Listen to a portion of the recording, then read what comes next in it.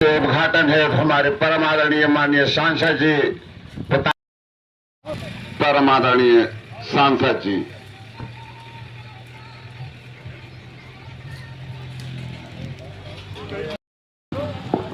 सांसद एसपी पटेल जिंदाबाद, एसपी पटेल जिंदाबाद।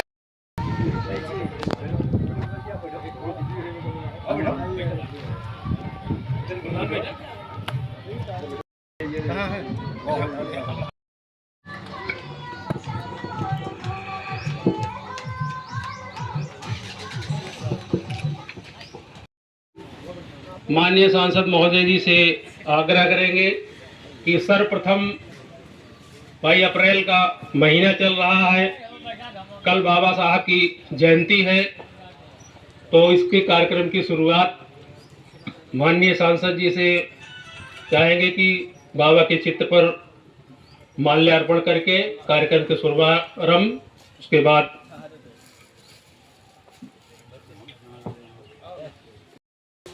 आप सब जोरदार तालियों से स्वागत करें।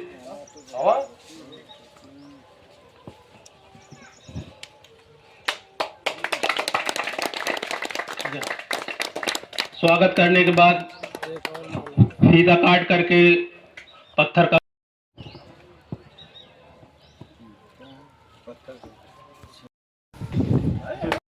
द्वारा आज गुगला की धरती पर बहुत आपके कर कमलों द्वारा जो नैया नाला पर एक पुल का ग्राम सभा द्वारा बनाया गया है, आपके तो शुभारंभ द्वारा किया जाए। और इसी कड़ी में हम चाहते हैं कि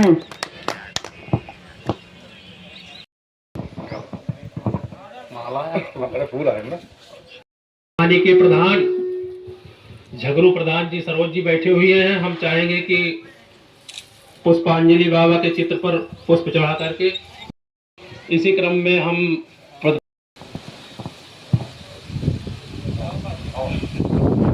आपके बीच में आपकी ग्राम सभा के प्रधान आप भी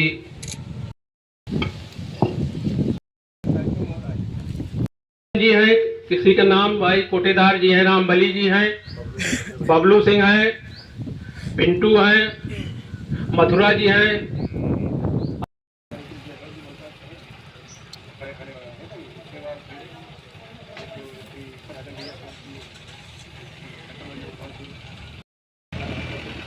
हम चाहेंगे कि भाई ग्राम प्रधान जी दोनों जन और सचिव साहब तीनों लोग मिलकर के डॉक्टर साहब को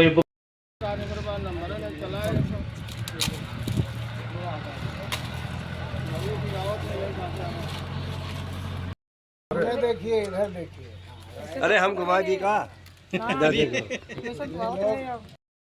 सर, इधर देखिए। उधर जाओ, भाभी जी आपकी मजा ले रहे हैं और परेशान कर। अभी 5 उन्होंने लिखाई है के बीच में दाऊ जी हैं, वो दाऊ धर आइए आप। बांस का पुल बना करके लोग इस तरफ से उस तरफ आने जाने का कार्य करते थे। हम सब की मुलाकात चुनाव में डॉक्टर साहब के चुनाव में हुई। दादाजी ने प्रस्ताव रखा कि यहाँ भाई पुल का निर्माण होना चाहिए। हमने दादाजी से वादा किया था कि डॉक्टर साहब सांसद तो बनेंगे, लेकिन अगर इंडिया गठबंधन की सरकार बनती है तो शासन से आपके पास पुल को ला दिया जाएगा। और अगर पुल नहीं ला पाते शासन से हम लोग, तो किसी न किसी तरह चाहे छोटा ही पुल बनवाएं ग्राम निधि से। तो ग्राम निधि से उस समय क्योंकि सरकार बनी नहीं, वो काम आपका नहीं हो सका। प्रधान जी ने ग्राम निधि से जो पुल बनवाया है, आप उसके साक्षी हैं। वहां पर घटना भी एक घट चुकी थी। एक हमारे बहुत बुजुर्ग साथी आपके बीच से पुल के पास से नदी में गिरकर उनकी जान चली गई। तो भाई जो भी हो सका, ग्राम प्रधान जी ने आपके लिए पुल का निर्माण करा दिया। ग्राम प्रधान का कार्य भी समाप्त होने वाला है। 26 मई को कार्यकाल इनका खत्म हो रहा है। हम सब के मन में एक बड़ी इच्छा थी कि गोकुला से लेकर के गौहानी बनवार के पूर्वा होते हुए लगभग 3 किलोमीटर लंबाई पड़ती है। सबसे पहले मैं डॉक्टर भीमराव अम्बेडकर के चरणों में श्रद्धा के सुमन अर्पित करते हुए मैं उनको प्रणाम करता हूँ। माननीय सांसद जी को प्रणाम करता हूँ। आई हुई कोठा की हमारी जनता को तहे दिल से प्रणाम करता हूँ। और तो बोल बताओ कुछ भाई। नहीं, बहुत बहुत धन्यवाद भाई डॉक्टर साहब हमारे बीच। अभिनंदन करता हूँ कि जो एकदम वीरता का काम हमने दिखाया है। कम से कम कहने वाले के बदौरी के जान गए। आज के इस कार्यक्रम के आयोजक ध्रुवराज वर्मा जी, प्रधान कोठा नेवड़िया, संजय प्रधान जी, संजय जी प्रधान लखराव, झगरू सरोज जी प्रधान गौहानी, अरविंद सिंह पूरे नारायण दास, डॉक्टर डीपी यादव, मोहम्मद मुकीम बीडीसी बूथ प्रभारी, सिकंदर जी, रहमत भाई, श्री लाल वर्मा जी। आज आप लोगों ने बाबा साहब भीमराव अंबेडकर की जयंती की पूर्व संध्या पर इस कार्यक्रम को यहाँ पे आयोजित किया है। इसके लिए यहाँ पर आए हुए सभी लोगों का दिल से मैं धन्यवाद करता हूँ। बाबा साहब भीमराव अम्बेडकर आज पूरे देश की शान है। भारत के निर्माण में दो लोगों का सबसे बड़ा योगदान रहा। पहला, जब देश आज़ाद हुआ तब ये हुआ कि अंग्रेज लोग 562 अलग अलग टुकड़े करके चले गए। ये हुआ कि इस पूरे देश को एकजुट कैसे किया जाए। नेहरू के बस की बात नहीं थी।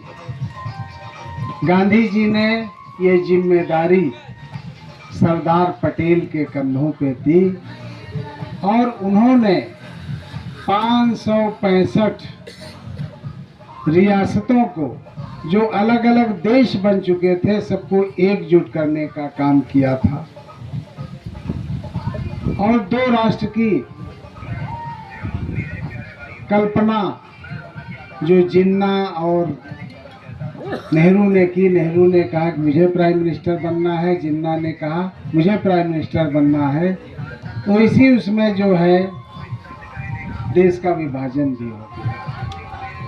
लेकिन जो भी बचा था भारत, सरदार पटेल ने कहा कि ऐसे भारत से क्या फ़ायदा कि हम हर 100 किलोमीटर के बाद एक नए देश में प्रवेश करें, इतने वीज़ा इतने वो लगेंगे, आपस में कितना वैमनस्य होगा।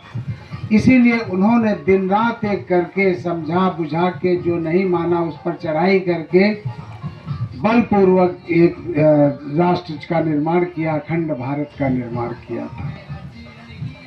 जब अखंड भारत बन गया,